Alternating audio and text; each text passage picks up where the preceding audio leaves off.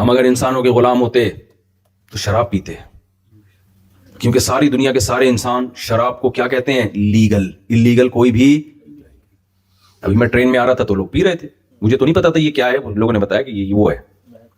تو ان کی وہ کہتے ہیں لیگل ہے. بھائی گورنمنٹ نے جب ہمیں اجازت دی ہے تو اس کا مطلب تو گورنمنٹ کے غلام ہو گئے نا. ہمیں گورنمنٹ اجازت دے پھر بھی ہم پی سکتے ہیں کیا؟ نہیں بھائی. گورنمنٹ اگر گن پوائنٹ پہ بھی پلائے گی تو آخری دم تک بچنے کی کوشش کریں گے. کیوں؟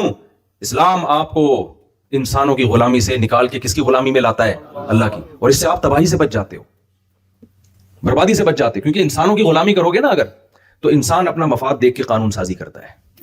اسمبلیوں میں جب شراب پینے والے زیادہ پہنچ جائیں تو شراب کبھی بھی اللیگل نہیں ہو سکتی. قانون جو پاس ہوگا وہ اس میں یہ تو ہوگا اتنی لمٹ میں پیئیں، یہ نہیں ہوگا کہ نہیں پیئیں، یہ ہو نہیں سکتا.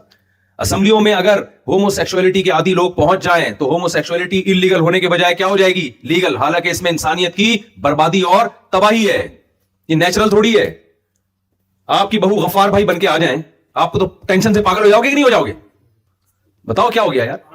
آپ کا بیٹا اللہ نہ کرے، اللہ اس عذاب سے سب کو بچائے، وہ لڑکوں کا عادی ہو گیا اور شادی کر رہا ہے وسیم سے. یار آپ تو زمین میں گڑ جاؤ گے یار، پتہ ہی نہیں چل رہا اس میں داماد کون ہے بہو کون ہے. تو یہ وہ نیچرل ہے، لیکن لیگل ہو گیا دنیا میں کہ نہیں ہوا؟ کیوں؟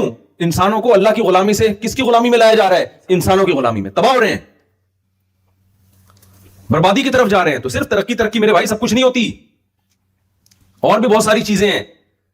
پاکستان میں تو ہم ترقی کے فضائل سناتے ہیں، وہاں ضرورت ہے اس کی. یہاں آپ کو ترقی تو ہے نا، یہاں پہ اور بھی کچھ چیزیں ہیں. میرا مقصد ترقی کی نفی کرنا نہیں ہے. ترقی یافتہ کنٹری ہے، اس میں کیا میں ترقی، وہ مجھے بولیں گے کہ تم ہمیں آ کے ترقی سکھا رہے ہو. یار مولوی صاحب، جاپان کی گورنمنٹ بولے گی تم اس لیے تم آئے تھے یہاں پہ، اس سلسلے میں آنا ہوا تھا تمہارا یہاں پہ. تو جو چیز جس سوسائٹی میں نہیں ہوتی وہ بتائی کر. پرسوں ترسوں ایک صحافی نے میرے خلاف مضمون لکھا میرے جاپان کے دورے پر کہ یہ آئے ہیں جاپانیوں کو سکھانے کے لیے وہاں سے، پاکستان سے. پہلے اپنے آپ خود تو سیکھ لو، قوم کو تو سکھا دو. بھائی ہم ان کو وہ چیز سکھانے آئے ہیں جو ان کے پاس نہیں ہے، وہ چیز نہیں سکھانے آئے جو ان کے پاس ہے. وہ تو ان سے سیکھتے ہیں ہم. میں نے آگے واش روم دیکھے، میں تو واش روم دیکھ کے حیران ہو گیا. میں تو کہہ رہا ہوں کوئی وہاں سے سائنسدان آئے، کوئی انجینئر آئے اور یہ واش روم کا نقشہ وہاں بھی پاس کروا لے. سمجھ رہے ہیں؟ اتنے خاندانی قسم کے واش روم ہے یار. ہمارے واش روموں کا حال دیکھا ہے آپ نے، وہ صاف ہو ہی نہیں سکتے. تو بھائی جو چیز جس کے پاس ہے وہ اس سے لی جائے گی، اس کے تو شریعت نے منع نہیں کیا. دیکھو نبی صلی اللہ علیہ وسلم نے احادیث میں آتا ہے غیر مسلموں سے بھی بہت سی چیزیں لی ہیں. اب میں ان احادیث میں جاؤں گا تو بات لمبی ہو جائے گی. آپ نے فرمایا اہل فارس ایسا کرتے ہیں تم بھی کیا کرو، فلاں قوم ایسا کرتی ہے تم بھی کیا کرو. غزوہ خندق میں چاروں طرف سے جب مشرکین نے خندقیں کھود کے گھیراؤ کر لیا، عربوں نے کبھی ایسی جنگ پہلے نہیں، عرب دو بدو لڑنے کے عادی تھے، ایسا کبھی ہوا ہی نہیں تھا 20 قبائل مل کے ایک شہر کو چاروں طرف سے گھیر لیں. تو یہ اس میں کیسے لڑنا ہے یہ عربوں کو پتا نہیں تھا. تو ہمارے نبی نے کیا کیا ہے؟ آپ صلی اللہ علیہ وسلم نے سلمان فارسی کو بلایا کہ بھائی ایران میں تم لوگ ان جنگوں کے عادی ہو، کیا کرتے ہو اس وقت؟ تو یہاں اپنے غیر مسلموں سے حضرت سلمان فارسی سے مدد لی، مگر انہوں نے کس سے مدد لی ہے؟ غیر مسلموں سے. بھائی ہم لوگ ایسا کرتے ہیں کہ ایسے موقع پہ چاروں طرف خندقیں کھودتے ہیں تاکہ کوئی دشمن اندر نہ آنے پائے.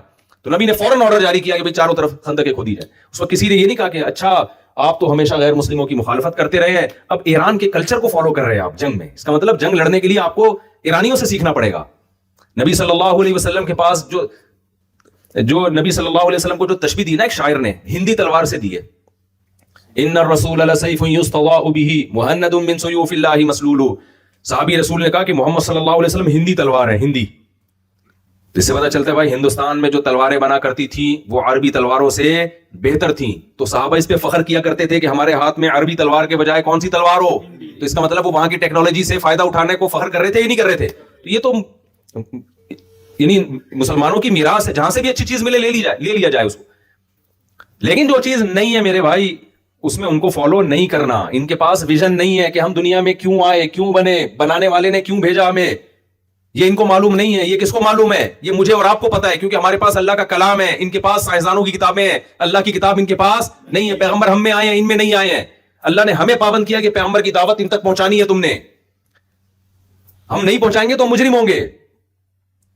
آج بہت افسوس ہوا، مجھے کسی نے بتایا کہ جاپانی کو پاکستانی نے اسلام کی دعوت دی، وہ بڑا قریب آ گیا. اس کے بعد وہ پاکستانی نے ٹوپی کرائی اس کو پتہ نہیں 1.5 کروڑ روپے.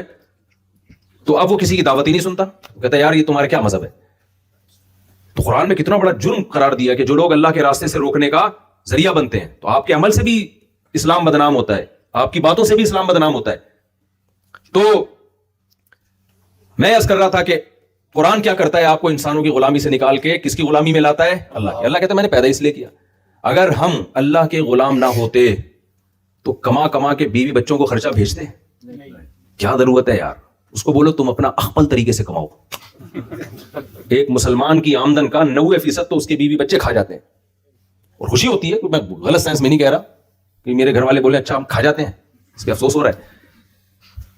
نبی نے فرمایا سب سے بہترین صدقہ وہ ہے جو تم اپنے گھر والوں کو کھلاتے ہو, سب سے بہترین صدقہ وہ. تو یہ کس کی ذمہ داری ہے, یہ کس کے حکم پہ ہم کر رہے ہیں بھائی؟ ورنہ کیا ضرورت ہے یار؟ جاپانی کھلاتے ہیں, امریکن کھلاتے ہیں. جاپان کا تو پھر بھی تھوڑا بہت فیملی سسٹم جو میں نے دیکھا یہاں پہ گوروں سے پھر بھی تھوڑا سا بہتر ہے, نسبتاً کچھ بہتر ہے, لیکن وہ بھی ہو جائے گا. جا تو سب اسی ٹریک کی طرف رہے ہیں نا جہاں گورے جا چکے ہیں. تو یہ تو بھائی اللہ نے ذمہ داری لگائی ہے, تو ہم کس کے غلام ہیں؟ ہم اللہ کی غلامی میں تو روزہ رکھ سکتے ہیں, کسی انسان کے کہنے پر ایک دن بھی کھانا پینا چھوڑنا ممکن نہیں ہے. لیکن جن لوگوں نے انسانوں کو کی غلامی میں آئے نا, انہوں نے انسانوں کے کہنے پر پوری پوری قوموں کا مستقبل تباہ کر دیا. جیسے ہٹلر ایک انسان تھا نا, خدا تو نہیں تھا, اس کی باتوں میں آ کے پوری قوم نے پوری دنیا کو جنگ کی آگ میں دھکیل دیا. پوری دنیا کو کتنے کروڑوں لوگ, لاکھوں کروڑوں لوگ ہلاک ہوئے تھے پہلی جنگ عظیم اور دوسری جنگ عظیم. یہ قوم پرستی کی جنگیں تھیں. رشیا نے کیا کیا ہے؟ ریاستوں کو ہڑپ کرتا چلا گیا. کس بیس پر؟ ایک غلط نعرے کی بیس پر کہ سارے انسان دنیا میں کیا ہے؟ برابر. بھائی برابر عدل الگ چیز ہے, برابری الگ چیز ہے. عدل میں اور برابری میں بڑا فرق ہے. برابری کا مطلب کیا ہے کہ سب کو ایک نظر سے دیکھو. یہ تو ظلم ہے. ایک آدمی زیادہ کا مستحق ہے, آپ اس کو بھی اتنا ہی دے رہے ہو جتنا جو کم کا مستحق ہے اس کو بھی اتنا ہی دے رہے ہو. تو یہ تو زیادہ والے پر ظلم ہو رہا ہے. اسلام میں مساوات نہیں ہے, خوب سمجھ لو. اسلام میں عدل ہے. انسانوں سے پوچھو گے نا تو انسان کہتے ہیں مرد اور عورت برابر ہیں. اللہ کہتے ہیں نا, مرد اور عورت برابر نہیں ہے. ہاں مرد اور عورت دونوں کے الگ الگ احکام ہے, حقوق ہے. کسی کے حق ضائع کرو گے تو یہ اس کے ساتھ ناانصافی ہے. تو دونوں کا حق دو, ظلم کسی پہ نہ کرو. برابر نہیں ہے دونوں. کیسے برابر ہو سکتے ہیں بھائی وہ دونوں؟ تو اللہ نے کیا کہا؟ مرد کیا ہے؟ قوامون علی النساء. ہم نے اس کو عورت پر فضیلت دی ہے. عورت اطاعت کس کی کرے گی؟ اپنے گھر میں مرد کی اطاعت کرے گی.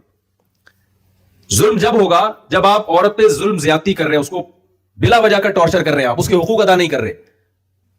اور ایک بات میں اکثر جگہ پہ جا کے کہتا ہوں کہ اللہ کی غلامی میں آؤ گے نا تو ہر ایک کے حقوق کی ایکسپلینیشن وہاں موجود ہے کہ کس کا کیا حق ہے. لہذا آپ کو ظلم سمجھنا آسان ہو جائے گا. ظلم کسے کہتے ہیں؟ جو جس چیز کا مستحق ہے اسے نہ دی جائے, اس کو ظلم کہتے ہیں کہ نہیں کہتے؟ مثال سے سمجھاتا ہوں. آپ کی کمپنی میں ایک مینیجر ہے, اس کی تنخواہ 1 لاکھ روپے ہے. ایک آپ نے خدمت کرنے والا, صفائی کرنے والا رکھا ہے, اس کی تنخواہ 10,000 روپے. آپ نے مینیجر کو 1 لاکھ روپے مہینے کے آخر میں پکڑا ہے, اور جو بیچارہ جھاڑو لگانے والا ہے اس کو جو اس سے ایگریمنٹ ہوا تھا اس کے حساب سے آپ نے اس کو کتنے پکڑا دیے؟ 10,000. اب ایک بندہ کہہ رہے ظلم ہے, ایک کو 1 لاکھ روپے مل رہے ہیں, ایک کو 10,000 روپے مل رہے ہیں. صحیح کہہ رہے ہیں غلط کہہ رہے ہیں؟ آپ کہیں بھائی دلیل کیا ہے؟ وہ کیا تمہارے پاس دلیل کیا ہے کہ یہ ظلم نہیں ہے؟ کہ بھائی مساوات نہیں ہے, اس کو 1 لاکھ روپے اس کو 10,000, یہ برابری نہیں ہے. تو ہم کیا کہیں گے بھائی اس سے ایگریمنٹ 10,000 کا ہوا ہے, اس سے ایگریمنٹ 1 لاکھ کا. اب اس کو 1 لاکھ میں 1 روپے بھی کم دوں گا تو یہ ناانصافی ہے. اس کو 10,000 سے 1 روپے بھی کم دوں گا تو یہ کیا ہے؟ ظلم. اور 10,000 سے 1 روپے بھی زیادہ دوں گا تو یہ احسان ہے. تو ظلم کہتے ہیں جس کا جو حق بنتا ہے وہ حق اس کو بولو نہ دیا جائے. اب آج دنیا ہیومن رائٹس اور ویمن رائٹس کے نام پہ مبہم نعرے لگا رہی ہے, اس میں پتہ ہی نہیں چلتا کس کمبخت کا حق ہے کتنا. تو جب حق کا پتہ ہی نہیں چلے گا تو ظلم کا پتہ چلے گا. دیکھو وہی مینیجر آ کے کہتا ہے 1 لاکھ روپے مجھے تنخواہ دی ہے, مجھ پہ ظلم ہوا ہے. آپ کہتے ہیں بھائی کیسے ظلم ہو گیا, تیری تو بنتی 1 لاکھ ہے. وہ کہتا ہے نہیں 1 لاکھ تو نہیں بنتی. پتا کتنی بنتی ہے؟ پتا تو نہیں, مجھے نہیں پتا کتنی بنتی ہے, کوئی ایگریمنٹ ہی نہیں ہوا تھا. تو آپ کیا کہو گے جب پتہ ہی نہیں ہے, کوئی پیپر ہی نہیں ہے, تو یہ کیسے فیصلہ کر رہا ہے کہ تجھ پہ ظلم ہوا؟ ظلم تو اسے کہتے ہیں کہ یہ طے شدہ ہو کہ اتنا حق بنتا ہے اور اس میں ڈنڈی ماری جا رہی. تو پہلے یہ طے ہوتا ہے کس کا حق کتنا بنتا ہے, پھر اس بنے ہوئے حق میں جب ڈنڈی ماری جاتی ہے تو اس ڈنڈی مارنا کو کیا کہلاتا ہے؟ ظلم. جب آپ اللہ کی غلامی میں آتے ہو تو وہاں پتا چلتا ہے کہ کس کا کیا حق ہے. اس کو یہ حق نہیں دیا تو آپ خود سمجھ جاتے ہو میں کیا ہوں؟ ظالم. جب آپ انسانوں سے پوچھتے ہو, مذہب کی قید سے نکلتے ہو, انسان خدا کی قسم ایکسپلین کر ہی نہیں سکتے کہ کس کا حق کتنا. انہوں نے ماں, بہن, بیٹی, پڑوسن, ٹیچر سب کو ویمن کی فہرست میں داخل کر دیا اور ویمن رائٹس کے مبہم نعرے لگا دیے. ان سے پوچھو عورتوں کے حقوق کا کیا مطلب, ماں کا کیا حق ہے, بیٹی کا کیا حق ہے, بہن کا کیا حق ہے, پوتی نواسی کا کیا حق ہے؟ وہ کہتے ہیں ویمن رائٹس. سب عورتوں کے حقوق کیا ہے؟ برابر ہیں. جب برابر ہے تو ماں کو اگر آپ اولڈ ہاؤس میں جمع کراؤ گے تو ظلم کہلائے گا یہ عمل؟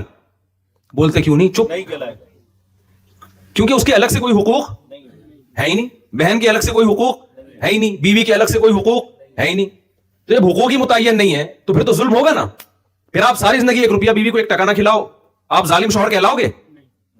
ظالم جب کہلاؤ گے جب آپ ایک تھپڑ لگا دو فوراً پولیس آئے گی آپ کو اندر کر دے گی. لیکن ہم لوگ ایسے نہیں ہیں بھائی. ہم اگر ایک مہینہ خرچہ آدھا بھیج دیں تو پورے محلے میں ہم کیا کہلاتے ہیں یار؟ جو کہلاتے ہیں وہ تو بول دو نا بھائی. کسی دن آپ آدھا خرچ بولو بیگم آدھا بجلی کا بل دوں گا, تم نے 6 انڈے منگوائے ہیں صرف 3 آئیں گے, آدھا انڈا کھائیں گے ہم سب مل کے. آپ کیا کہلاؤ گے؟ ظالم. کیوں کہلاؤ گے بھائی ظالم؟ آپ نے کیا تھپڑ مارا ہے؟ بھائی آپ نے تھپڑ نہیں مارا اس کو. ظالم اس لیے کہلاؤ گے کہ آپ نے جب نکاح کیا ہے تو قرآن نے آپ کے ذمے بیوی کا نان نفقہ ڈال دیا تھا. تو نان نفقہ میں جو بھی ایک متوسط درجے کی جو ایک لائف ہوتی ہے وہ مہیا کرنا آپ کی ذمہ داری. لہذا اگر آپ نہیں دو گے تو شریعت میں بھی ظالم اور محلے والے بھی آپ کو کیا کہیں گے؟ ظالم کہیں گے. یہاں نہیں کہلاؤ گے آپ ظالم, حالانکہ بڑے ظالم ہیں.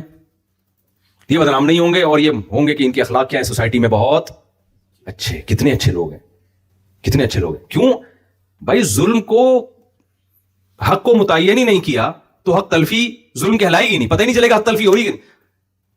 بس اتنا ہے کہ اچھے تمیز سے بات چیت اور بس تھپڑ پپڑ نہیں مارنا کسی کو, بس اتنا رہ گیا. تو حقوق صرف اور صرف کون دیتا ہے بھائی؟ اللہ دیتا.